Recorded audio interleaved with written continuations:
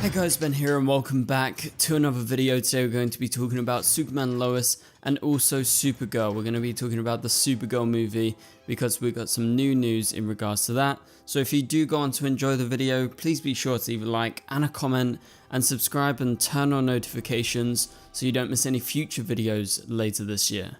Okay, so we're not going to talk too much about Superman and Lois, but we've got a new look at Superman Lois Season 4 and specifically about the new logo, the new title card for the final series of Superman Lois.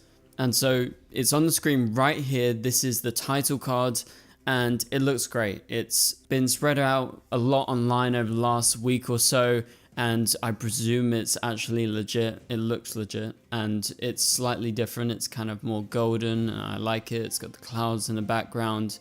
And if we compare it to the old Superman Lois title card, it's pretty much always been this blue kind of very cloudy background and the logo is a bit scuffed up. And so if this is actually the real new title card, it looks good and it's more optimistic, it's more hopeful, and I guess you got to do that for the final season. It is a bit more like, you know, it's the final thing, so we need to make it special, and I think this is special. You know, the kind of golden House of L crest in the middle of the very bright sky. Yeah, it's a little bit cloudy, but it's nowhere near as dark as the kind of dark blue teal background that you had on the original Superman Lois title card. So yeah, that's what I wanted to just show you guys in this video just to start, because that is like the only new Superman Lois thing that's been released in the last week or so. And obviously right now we're still waiting for more teasers as we head towards October. We are in July and yeah, we're still a ways off from October, but we can expect some stuff, probably some movement towards the end of August and the start of September. So for now, let's move on to the next main topic. So before we get into the proper Supergirl news that you guys are going to want to stick around for, we need to talk about this. And that is that Supergirl's actor, Millie Alcock, has actually been cast in a new Netflix series, and this impacts Supergirl. So Supergirl Woman of Tomorrow is supposed to start filming in the fall, so probably around October, November time, sometime around then. The actual start date hasn't been confirmed yet, but Netflix has just confirmed that Alcock will be in a new show, and luckily it's a limited series, so that means the filming shouldn't take too long compared to like a normal, you know, 15 plus episode season of a TV show. And so I'm a little bit worried, like, why is she signing up to this? Like, has she already started this and, you know, they're going to finish filming in like September and then she'll restart with Supergirl in October or November? I'm just wondering if this has any impact on Supergirl Woman of Tomorrow. Like, would it push filming back? But there hasn't been much detail about this Netflix show as to like exactly when it's going to start filming.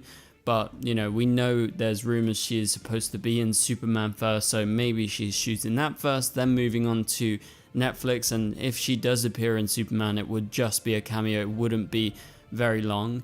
And so, yeah, what do you guys think of this? Are you kind of surprised? I was kind of surprised to see this. I thought maybe she would just go just for Supergirl Woman of Tomorrow for the foreseeable future and then do some projects, but I guess she has some off time, and you know, you might as well do extra filming, make some money in the meantime. Why not? But let's move on to the big topic of today. This is to do with Supergirl Woman of Tomorrow, because it's reported, and this is a rumor right now, so take it with a pinch of salt.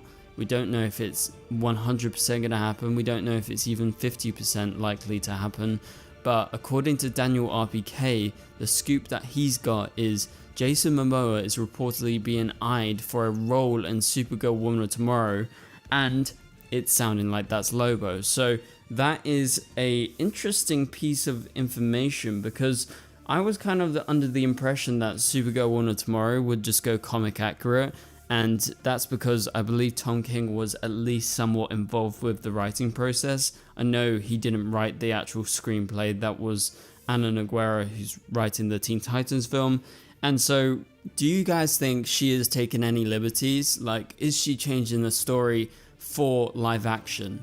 Because I was kind of just under the impression that, you know, they would go for the Supergirl Woman of Tomorrow story. It's a pretty contained story, but it's an interesting story, and you really get to see Supergirl go through it throughout the entirety of the story.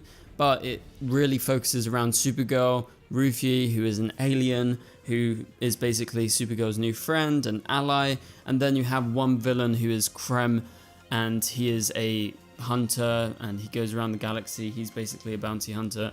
And also you have Krypto, and we might even see Krypto and Superman, so that's interesting. But if Lobo is to appear, that would be a complete change. Like, Lobo is not in Supergirl Woman of Tomorrow in the comics. It's totally different. I don't think he really fits the project, so that's my big question. Like, I wonder how they would even fit him in, just because he's a very different type of villainous character. He is not very serious. Krem is very serious, and Lobo's more of like a trickster, and yeah, he can be deadly at times, but he's not your kind of serious, you know, hunter character similar to Krem. But the question is, could Lobo potentially replace Krem and be the person that Supergirl is hunting throughout the film? Because if you guys didn't know, Supergirl Woman of Tomorrow in the comics, it's all about Supergirl going on this mission around space, hunting for Krem, because Krem does something terrible to Supergirl, and it really affects her, and she takes up the alien girl's offer to hunt Krem, because the alien girl's father was actually killed by Krem. So I'm wondering, is there any chance that Krem could be replaced with Lobo? Is that at all possible? Like, I guess it is when you start to think of it. Like, Lobo is menacing, and he could be that kind of villainous character, and he would definitely be on the run from Supergirl, because I believe he would know how deadly Supergirl is. But he's kind of, I guess, in a similar vein in terms of, you know, the bounty hunter kind of stereotype, but then again, he's not really as serious, and I wonder what tone they want to strike. Are they going to go for something similar to the comic, or are they going to make it its own thing? So super interested, but I don't know how much I buy into it. We've heard about Jason Momoa being Lobo for such a long time now, but I've never really heard anything that's really convinced me, because I feel like it's just been rumors, and everyone has kind of just bought into this, and they're like, yeah, he's gonna be Lobo at some point, it just has to happen, it's inevitable. But I don't think it has to happen.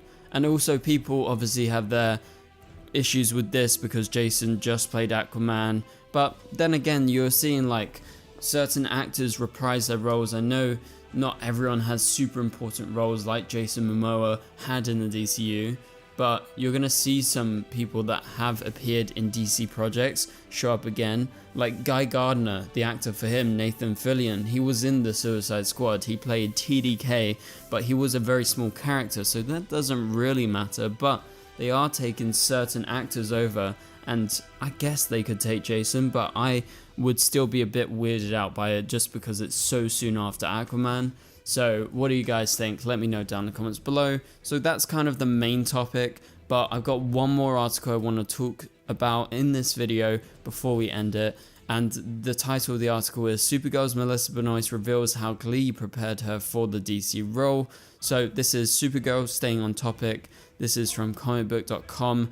I will leave the link in the description below so you can go read the article for yourself if you're interested. So Melissa Benoist played Supergirl for 6 seasons on the CW series, and taking on the iconic role was one that didn't come without pressure. However, according to Benoist, her role in Glee helped her prepare for it. During an appearance in Clyde Ladies Night, that was the interview we talked about recently, Benoist said that the difficult workload she experienced working on Glee helped her develop the confidence that let her take on Supergirl. So what I learned on Glee, and this is Melissa talking, was that I was a really hard worker and that I could really do things, hard things, because the schedule on that show was grueling, because there were so many moving parts. It was fun but tough. I'm sure if you've had anyone else on the show here, they would have said the same thing. You had to rehearse the dances, you had to pre-record the songs, and you had to film the songs, and filming the songs were a lot longer. They took hours and hours and hours, and you also had to do the scene work. I knew that Supergirl was going to carry a lot of pressure and the responsibilities were going to be immense, and I think my experience on Glee gave me the belief that I had the ability to carry Supergirl. So that is the quote from Collider that I'm reading off from comicbook.com, but that's really interesting. So if you guys remember, Melissa played Marley Rose on Glee for 2 seasons before she took on the role as Supergirl, so it was one of her big projects that preceded her playing Supergirl. So it's interesting to get that perspective, because I think she's spot on.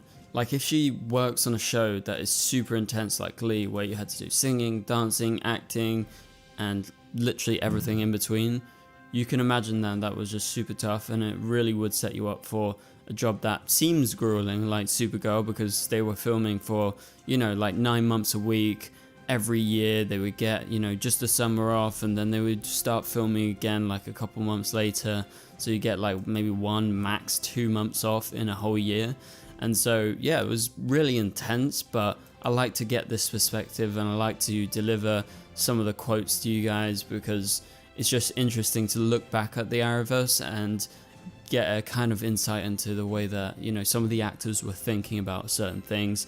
And if you missed my video yesterday, go check it out, because it was revealed in new photos that John Digger was supposed to be Green Lantern in the Arrowverse, and they had a suit design ready, but the higher ups at the CW and at Warner Brothers didn't approve it. So go check that video out, it's up on the channel, click on the top right corner of the screen to watch that. But for now, thank you guys so much for watching. Please be sure to leave a like and a comment if you enjoyed this video. Also subscribe and turn on notifications so you don't miss any future videos. And I will catch you guys later. Goodbye.